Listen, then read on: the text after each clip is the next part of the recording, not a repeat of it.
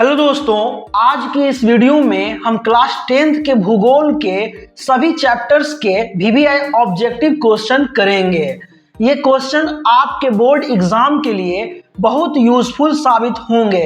तो चलिए बिना टाइम वेस्ट किए शुरू करते हैं। चलिए पहला क्वेश्चन देखते हैं। कोयला किस प्रकार का संसाधन है? आपका ऑप्शन है ए अनवीकरणीय, बी नवीकरणीय, सी जैव, डी अजैव। आपका सही जवाब होगा ए अनवीकरणीय।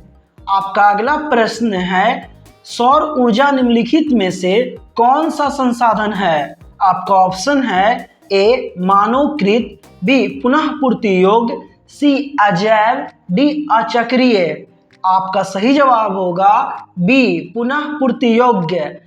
आपका अगला सवाल है, संसाधन होते नहीं बनते हैं, यह किसका कथन है? आपका ऑप्शन है ए महात्मा गांधी, बी जिम्मरमैन, सी संदीप पांडे, डी इनमें से कोई नहीं। आपका सही जवाब होगा बी जिम्मरमैन। चलिए अब आगे की ओर चलते हैं। डाकू की अर्थव्यवस्था का संबंध है? आपका ऑप्शन है ए संसाधन संग्रहण से, बी संसाधनों के अनियोजित विदोहन से, सी संसाधन के नियोजित दोहन से, डी इनमें से कोई नहीं।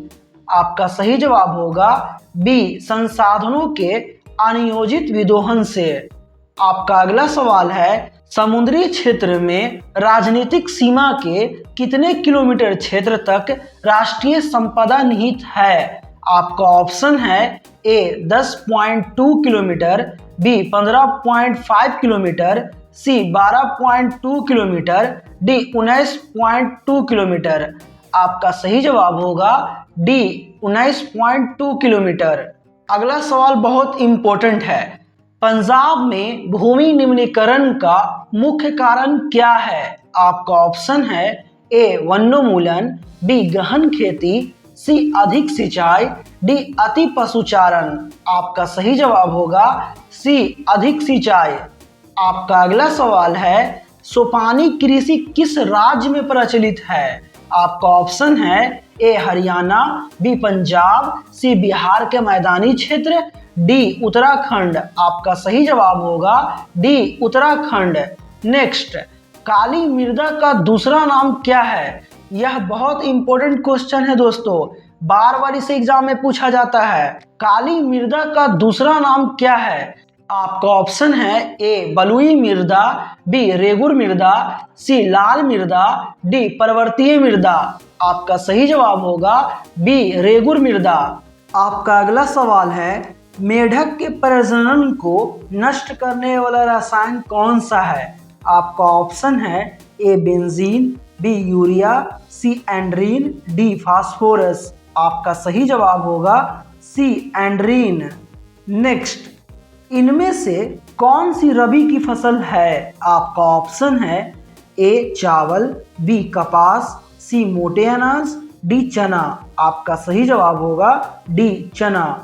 अगला सवाल बहुत इंपॉर्टेंट है दोस्तों, किस फसल को उजला सोना कहा जाता है? आपका ऑप्शन है ए गन्ना, बी कपास, सी जूट, डी चाय। आपका सही जवाब होगा बी कपास। नेक्स्ट, किस फसल को सुनहरा रेशा कहा जाता है? आपका ऑप्शन है ए जूट, बी तंबाकू, सी कपास, डी रबड़। आपका सही जवाब होगा ए जूट। नेक्स्ट, निम्नलिखित में खरीफ फसल कौन है? आपका ऑप्शन है ए गेहूं, बी सरसों, सी चावल, डी मटर। आपका सही जवाब होगा सी चावल। चलो एक इंटरेस्टिंग क्वेश्चन देखते हैं। भारत में धान का सबसे बड़ा उत्पादक राज्य कौन है?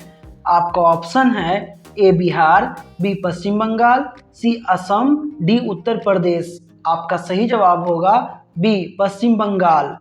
आपका अगला सवाल है, दाल किस पौष्टिक अंश का स्रोत है? आपका ऑप्शन है A carbohydrate, B protein, C vitamin D, D वसा। आपका सही जवाब होगा बी प्रोटीन। थोड़ा ध्यान से सुनो, ये एग्जाम में आता है। ऑपरेशन फ्लड क्या है? आपका ऑप्शन है ए बाढ़ नियंत्रण, बी डेयरी विकास, सी बांध का रख रखाव, डी इनमें से कोई नहीं। आपका सही जवाब होगा बी डेयरी विकास। नेक्स्ट, चाय के उत्पादन में विश्व में भारत का स्थान क्या है? आपका ऑप्शन है ए प्रथम, बी दूसरा, सी तीसरा, डी चौथा। आपका सही जवाब होगा बी दूसरा। आपका अगला सवाल है, भारत का नारियल प्रदेश किसे कहा जाता है? आपका ऑप्शन है ए कर्नाटक, बी केरल, सी उड़ीसा, डी पश्चिम बंगाल। आपका सही जवाब होगा बी केरल।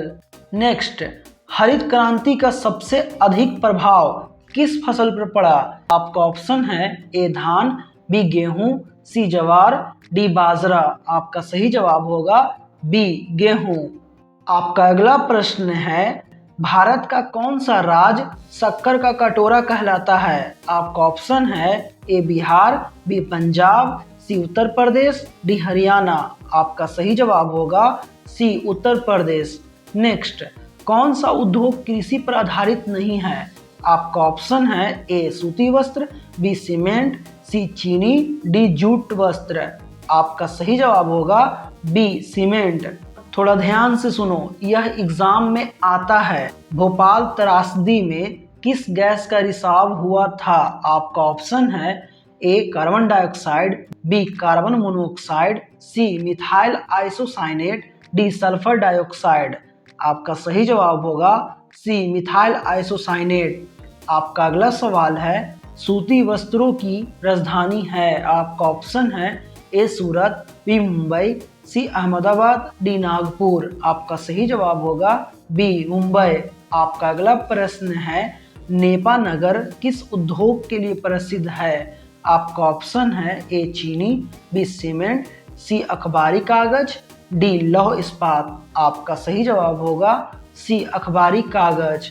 अगला सवाल है, भारत का सिलिकॉन वैली किस नगर को कहते हैं? आपका ऑप्शन है ए दिल्ली, बी चेन्नई, सी मुंबई, डी बेंगलुरु। आपका सही जवाब होगा डी बेंगलुरु। आपका अगला सवाल है, राउरकेला लौह इस्पात उद्योग है? आपका ऑप्शन है ए ओडिशा में, बी झारखंड में, सी मध्य प्रदेश में, डी पश्चिम बंगाल में। आपका सही जवाब होगा ए ओडिशा में। दोस्तों, अब तक जितने भी मैंने आपसे प्रश्न किया है उसमें से आपने कितनों का सही जवाब दिया उसे कमेंट में ज़रूर कीजिए। तो चलिए अब हम आगे की ओर बढ़ते हैं। आपका अगला सवाल है, कौन छोटे पैमाने का उद्योग है? आपका ऑप्शन है ए चीनी उद्योग, बी कागज उद्योग, सी खिलौना उद्योग, डी विद्युत उपकरण उद्योग। आपका सही जवाब होगा सी खिलौना उद्योग। आपका अगला सवाल है, बहुत इंटरेस्टिंग सवाल है, परिवहन संचार एवं व्यापार से है दोस्तों। भारत का सबसे बड़ा बंदरगाह कौन सा है? आपका ऑप्शन है ए कोलकाता, बी चेन्नई, सी मुंबई, डी कांडला। आपका सही जवाब होगा सी मुंबई। आपका अगला सवाल है, स्वर्णिम चतुर्भुज महामार्गों से संबंधित नगर है? आपका ऑप्शन है ए लखनऊ, बी पटना, सी गांधीनगर, डी चेन्नई। आपका सही जवाब होगा डी चेन्नई। आपका अगला सवाल है, भारत का प्रथम निर्यात संवर्धन क्षेत्र कहाँ स्थापित किया गया? आपका ऑप्शन है ए फाल्टा, बी कांडला, सी चेन्नई, डी नोएडा। आपका सही जवाब होगा बी कांडला। चलो एक और इंटरेस्टिंग क्वेश्चन देखते हैं। भारत को कुल कितने डाक क्षेत्रों में बांटा गया है? आपका ऑप्शन है ए 7, बी 5, सी 6, डी 8। आपका सही जवाब होगा डी 8। आपका अगला सवाल है, नागपुर सड़क योजना के अंतर्गत सड़कों को कितने भागों में बांटा गया? आपका ऑप्शन है ए 4, बी 6, सी 2, डी 8। आपका सही जवाब होगा ए 4। नेक्स्ट, भारत की सबसे लंबी राष्ट्रीय राजमार्ग कौन सी है? आपका ऑप्शन है ए NH1, B NH7, B NH44, D NH8। आपका सही जवाब होगा सी NH44। आपका अगला सवाल है, देश में दूरदर्शन सेवा का आरंभ कब हुआ? आपका ऑप्शन है ए 1959, बी 1960, सी 1961, डी 1962। आपका सही जवाब होगा ए 1959। नेक्स्ट, पूर्व मध्य रेलवे का मुख्यालय कहाँ है? आपका ऑप्शन है ए पटना, बी हाजीपुर, सी मुजफ्फरपुर, डी समस्तीपुर। आपका सही जवाब होगा बी हाजीपुर। तो चलिए अब आगे की ओर देखते हैं। भारत में टेलीफोन सेवाएं कब प्रारंभ हुई? आपका ऑप्शन है ए 1881, बी 1912, सी 1947, डी 1818। आपका सही जवाब होगा ए 1881। आपका अगला प्रश्न है, पक्की सड़कों की लंबाई की दृष्टि से प्रथम स्थान पर कौन राज्य है? आपका ऑप्शन है ए बिहार, बी महाराष्ट्र, सी तमिलनाडु, डी केरल। आपका सही जवाब होगा बी महाराष्ट्र। चलिए दोस्तों अब आगे की ओर बढ़ते हैं। बिहार में कितने प्रतिशत क्षेत्र में खेती होती है? आपका ऑप्शन है ए 50, बी 60, सी 80, डी 36.5। आपका सही जवाब होगा बी 60%। आपका अगला सवाल है, बहुत इंपॉर्टेंट है दोस्त। संजय गांधी जैविक उद्यान किस नगर में स्थित है? आपका ऑप्शन है ए राजगीर, बी बोधगया, सी बिहार शरीफ, डी पटना। आपका सही जवाब होगा डी पटना। नेक्स्ट, कोसी नदी घाटी परियोजना का आरंभ कब हुआ? आपका ऑप्शन है ए 1950 में, बी 1948 में, सी 1952 में, डी 1955 में। आपका सही जवाब होगा डी 1955 में। आपका अगला सवाल है जो बहुत इंपॉर्टेंट है, कांवर झील स्थित है? आपका ऑप्शन है ए दरभंगा जिला में, बी भागलपुर जिला में, सी बेगूसराय जिला में, डी मुजफ्फरपुर जिला में। आपका सही जवाब होगा सी बेगूसराय जिला में। आपका अगला सवाल है, बिहार में नहरों द्वारा सर्वाधिक सिंचाई किस जिले में होती है? आपका ऑप्शन है ए सिवान, बी पटना, सी रोहतास, डी गया। आपका सही जवाब होगा सी रोहतास। आपका अगला सवाल है, तंबाकू उत्पादन क्षेत्र है? आपका ऑप्शन है ए गंगा का उत्तरी मैदान, बी गंगा का दक्षिणी मैदान, सी हिमालय की तराई, डी गंगा का दियारा। आपका सही जवाब होगा डी गंगा का दियारा। नेक्स्ट, बिहार में जूट उत्पादन में आपका ऑप्शन है ए वृद्धि हो रही है, बी गिरावट हो रही है, सी स्थिर है, डी इनमें से कोई नहीं। आपका सही जवाब होगा बी गिरावट हो रही है। आपका अगला सवाल है, गंडक परियोजना का निर्माण किस स्थान पर हुआ? का ऑप्शन है ए बेतिया, बी वाल्मीकि नगर, सी मोतिहारी, डी छपरा। आपका सही जवाब होगा बी वाल्मीकि नगर।